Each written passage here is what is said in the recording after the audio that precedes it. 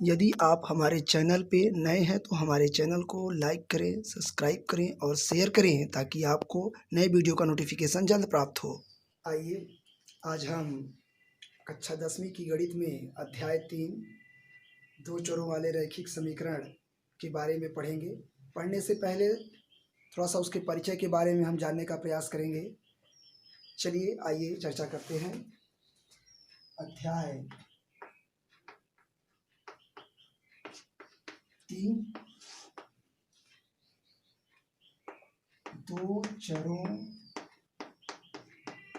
वाले रैखिक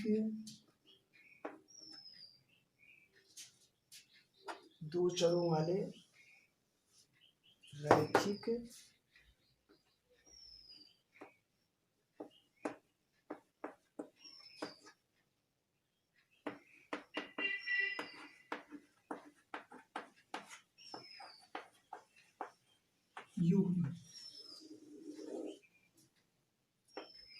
LINEAR linear equation of two variables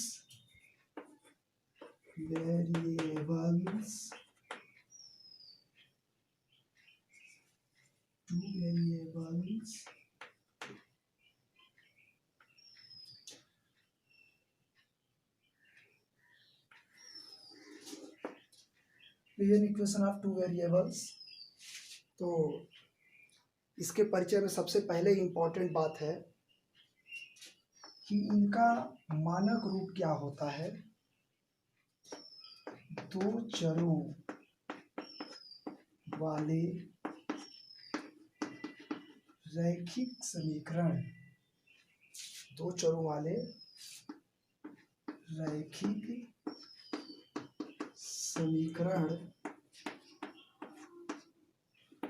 का मानक रूप, इसी को व्यापक रूप भी कहते हैं। व्यापक रूप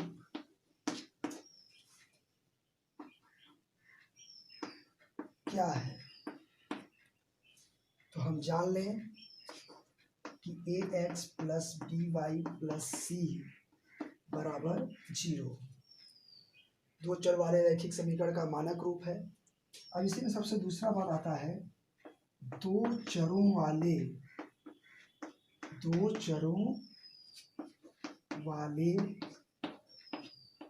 रैखिक समीकरण युग्म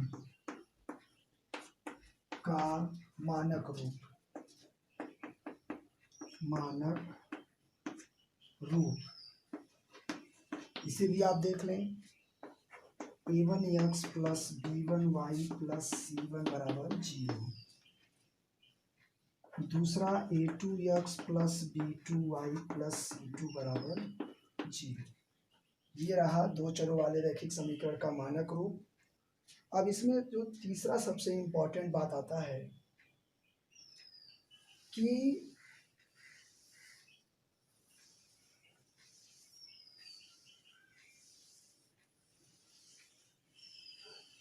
इसमें जो ये रैखिक युग्म होते हैं इनके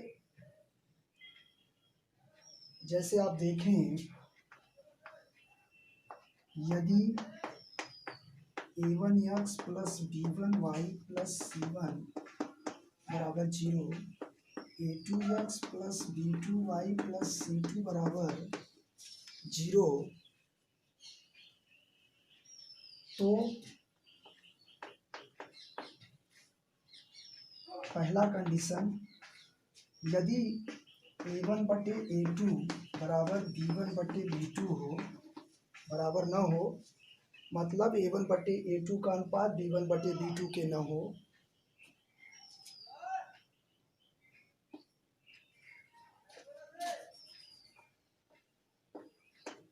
तब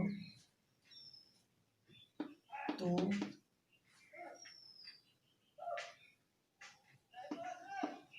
रैखिक युग्म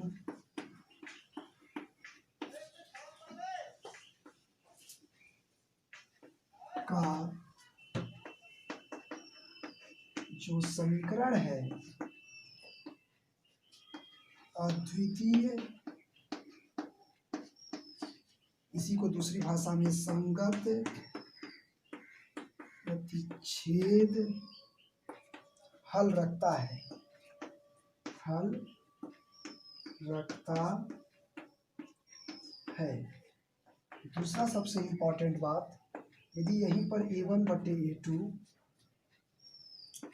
बराबर हो B1 बटे B2 के बराबर ना हो C1 बटे C2 के, तो जो हमारा रैखिक समीकरण है वह कोई हल नहीं रखता, कोई हल नहीं रखता।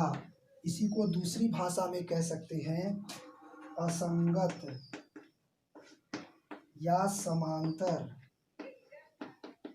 समांतर।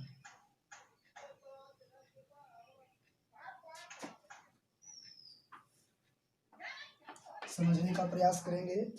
और इसी में जो सबसे तीसरा इंपॉर्टेंट बात आता है वो है, यदि तीनों का अनुपात, दो रैखिक समीकरण युग्म का यदि उनके अनुपात तीनों बराबर हो जाएं, जैसे A1 बटे A2 बराबर B1 बटे B2 बराबर C1 बटे C2 हो जाए, तो अनेक हल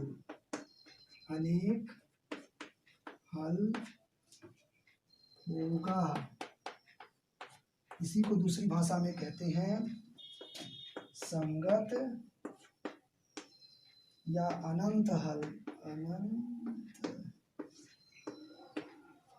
हल होना।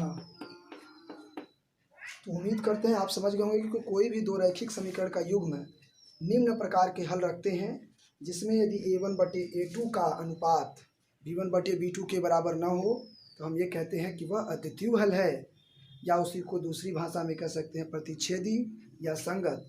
दूसरा कंडीशन इसी में आता है कि यदि A1 बटे A2 बराबर हो B1 बटे B2 के, लेकिन बराबर न हो C1 बटे C2 के, तो हम ये कहेंगे कोई हल नहीं होगा, या समांतर होगा या असंगत। तीसरी बात आती है यदि तीनों अनुपात बराबर हो, कहने का तात्पर्य A1 बटे A2 बराबर B1 बटे B2 बराबर C1 बटे C2, तो हम ये कहेंगे कि इनके अनेक हल होंगे या संपाती होंगे। इसी को हम एक भाषा में और कह सकते हैं संपाती, संपाती होना। तो उम्मीद करता हूँ कि आपको दो चर वाले रैखिक समीकरण युग्म के जो कुछ हल होते हैं उनके बारे में आप परिचित हो गए हैं। अब हम अपनी चर्चा को आगे बढ़ाते हुए दो चर वाले रैखिक समीकरण को हल करने की विधि के बारे में हम जानेंगे।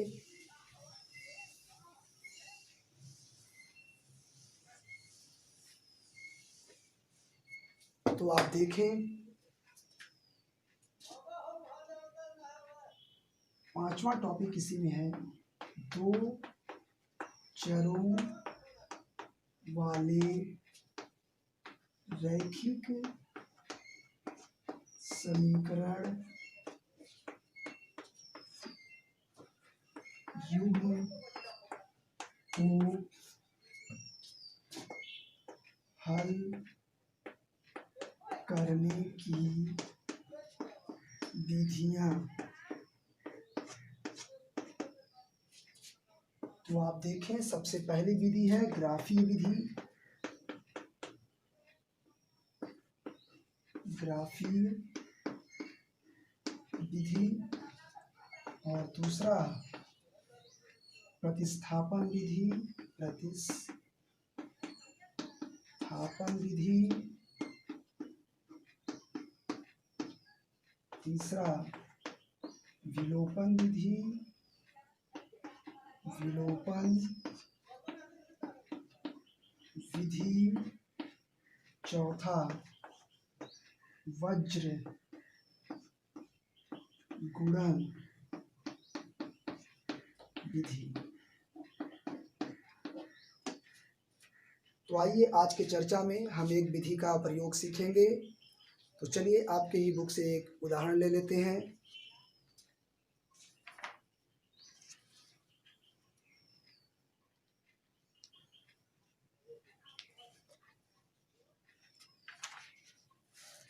आइए आज हम प्रतिस्थापन विधि सीखते हैं।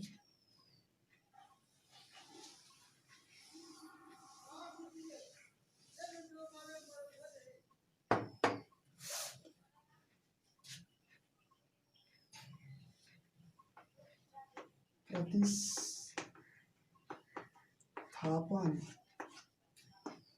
विधि से दो चरों वाले रैखिक समीकरण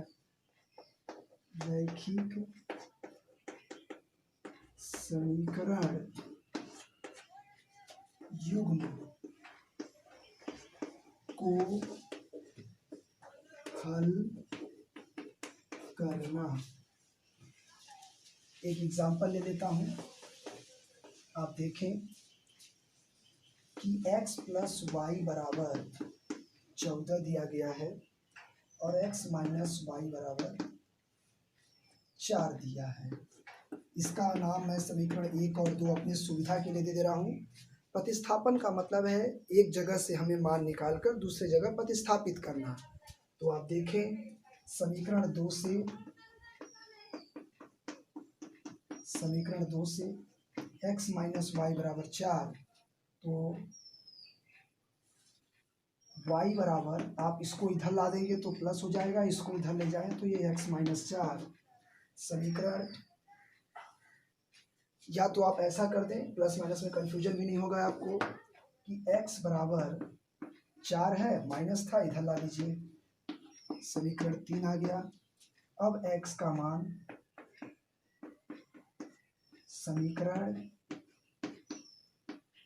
1 में रखने पर, समीकरण देखिए आप x, जो समीकरण 2 की सहायता से आपने x का मान निकाला है, तो आपको समीकरण 2 में मान रखना होगा। x का मान समीकरण 1 में रखना है। समीकरण 2 की सहायता से हम x का मान निकाले हैं, तो x का मान हम समीकरण 1 में रखेंगे। जहां पर x है आप वहां पर 4 धन y बराबर 4 धन y, x की जगह पे आप 4 धन y लिख दीजिए और प्लस y बराबर 14 हो गया। तो आप देखें 4 को इधर ला दें, y जोड़ दें, तो 2y बराबर 14 माइनस 4, तो आप 2y बराबर पाते हैं 10। तो अपनी चर्चा को आगे बढ़ाते हुए आप यहाँ थोड़ा सा देख लें, तो y बराबर आपको मिलता है क्या, 10/2, तो y का मान आ गया 5। अब y का मान आप समीकरण 3 में रख दीजिए। y का मान समीकरण 3 में रखने पर आप यहाँ रख दीजिए, तो x बराबर 4 धन 5 बराबर 9, अतः x बराबर 9, y बराबर 5, 5 और 9 जोड़ेंगे तो 14 आ रहा है। तो उम्मीद करता हूँ कि आपको प्रतिस्थापन विधि समझ में आई होगी। अब आप इसे दोहराएं और इसी प्रकार के सवाल को अपने पुस्तक से देख के कोशिश करें, निश्चित तौर पे आपको समझ में आएगा। उम्मीद करता हूँ कि आप उसे लगाएंगे। आज के लिए इतना काफ़ी है।